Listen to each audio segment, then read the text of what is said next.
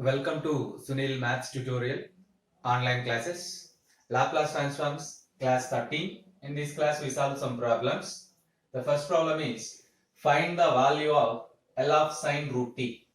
Laplace transform of sine root t. Before going to solve this problem, in this problem we use the following formulas. You observe that sin x has a series expansion. The trigonometric function sin x has this expansion x minus x cube by 3 factorial plus x power 5 by 5 factorial minus x power 7 by 7 factorial plus and so on. E power minus x 1 minus x by 1 factorial plus x square by 2 factorial minus x cube by 3 factorial plus and so on. We know that Laplace transform of t power n is equals to gamma of n plus 1 by p power n plus 1. By using the properties of gamma function, gamma of 3 by 2 can be written as gamma of 1 by 2 plus 1. We know that gamma of n plus 1 is equals to n into gamma of n. Gamma of n plus 1 is equals to n into gamma of n. Gamma of 1 by 2 plus 1, 1 by 2 into gamma of 1 by 2. We know that gamma of 1 by 2 is equals to root pi. Now gamma of 5 by 2, gamma of 3 by 2 plus 1. 5 by 2 can be written as 3 by 2 plus 1. By applying this formula, gamma of n plus 1 is equals to n into gamma of n. It can be written as 3 by 2 into gamma of 3 by 2. Gamma of 3 by 2 means 1 by 2 root pi. So 3 by 2 into 1 by 2 into root pi. Gamma of 5 by 2. In a similar manner, gamma of 7 by 2 is equals to 5 by 2, 3 by 2, 1 by 2 root pi. So all these formulas are very useful to solve this problem. Laplace transform of sine root t is equals to Laplace transform of root t minus root t whole cube by 3 factorial plus root t whole power 5 by 5 factorial and so on. Laplace transform of root t means t power 1 by 2. We split the Laplace transform. Laplace transform of t power 1 by 2 minus 1 by 3 factorial into Laplace transform of 3 by 2 plus 1 by 5 factorial into Laplace transform of 5 by 2 minus and so on. Yes. Apply this formula, Laplace transform of t power n. Gamma of 3 by 2 by p power 3 by 2 minus 1 by 3 factorial into gamma of 5 by 2 by p power 5 by 2 plus 1 by 5 factorial into gamma of 7 by 2 by p power 7 by 2 minus and so on. As we apply these formulas, gamma of 3 by 2, gamma of 5 by 2, we apply that conditions. Half root pi by p power 3 by 2, gamma of 5 by 2. 3 by 2, 1 by 2, root pi by p power 5 by 2 plus 1 by 5 factorial into gamma of 7 by 2, 5 by 2, 3 by 2, 1 by 2, root pi by p power 7 by 2.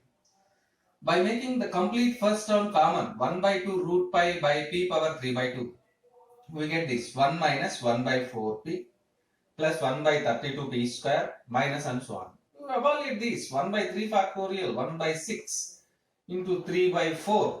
By simplifying, we get, after making 1 by 2 common, you get 1 by 4p. Here 1 by 32p square. Here 1 by 32p square and so on. Let us rearrange these terms for our convenience. 1 minus 1 by 1 factorial into 1 by 4p plus 1 by 32 can be written as 1 by 2 factorial into 1 by 4p whole square. 4 square 16, 16 2s are 32 and so on. Now, 1 minus 1 by 1 factorial into 1 by 4p plus 1 by 2 factorial into 1 by 4p whole square minus and so on is nothing but e power minus x formula. So, you can write it as, instead of x, we have 1 by 4p, e power minus 1 by 4p.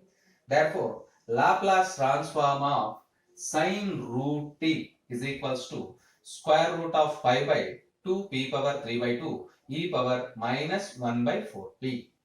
If you want to take a screenshot, you can take it. It is completely available. Yes. The next problem is evaluate or find the value of Laplace transform of cos root t by root t. Cos root t by root t. Yes. Let us take f of t is equals to sine root t. Let us take f of t is equals to sine root t. Then f dash of t, derivative of sine, cos root t. Derivative of root t, 1 by 2 root t. 1 by 2 root t. Now calculate Laplace transform of, we know that by previous theorem, Laplace transform of f dash of t is equals to p into Laplace transform of f of t minus f of 0. Laplace transform of f dash of t. F dash of t is cos root t by 2 root t is equals to p into L of f of t, L of sine root t, L of sine root t, f of 0, sine 0.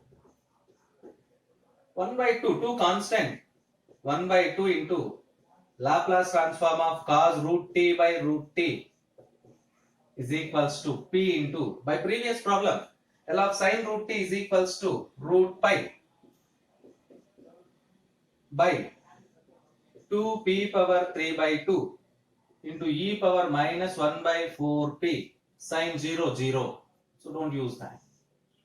2 get cancelled, which implies Laplace transform of cos root t by root t is equals to p power 3 by 2 get cancelled, square root of pi by p into e power minus 1 by 4p, which is required one, which is required answer. Both are very, very important formulas. Next problem, let us continue. Prove that L of sin t by t is equals to tan inverse of 1 by p, and hence find L of sin at by t and verify L of cos at by t exists or not. This is also important problem, very, very important for your examination. So if you want to take a screenshot, complete solution and its the formulas involved in the solution are available.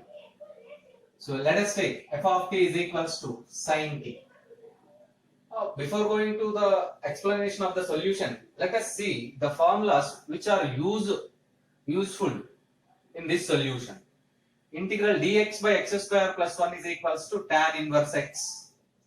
Limit x tends to 0, sin x by x is equals to 1. Tan pi by 2 is equals to infinity. Tan inverse of infinity is equals to pi by 2. Integral f dash of x by f of x dx is equals to log of f of x. Tan inverse x plus cot inverse x is equals to pi by 2. And we use change of scale property also.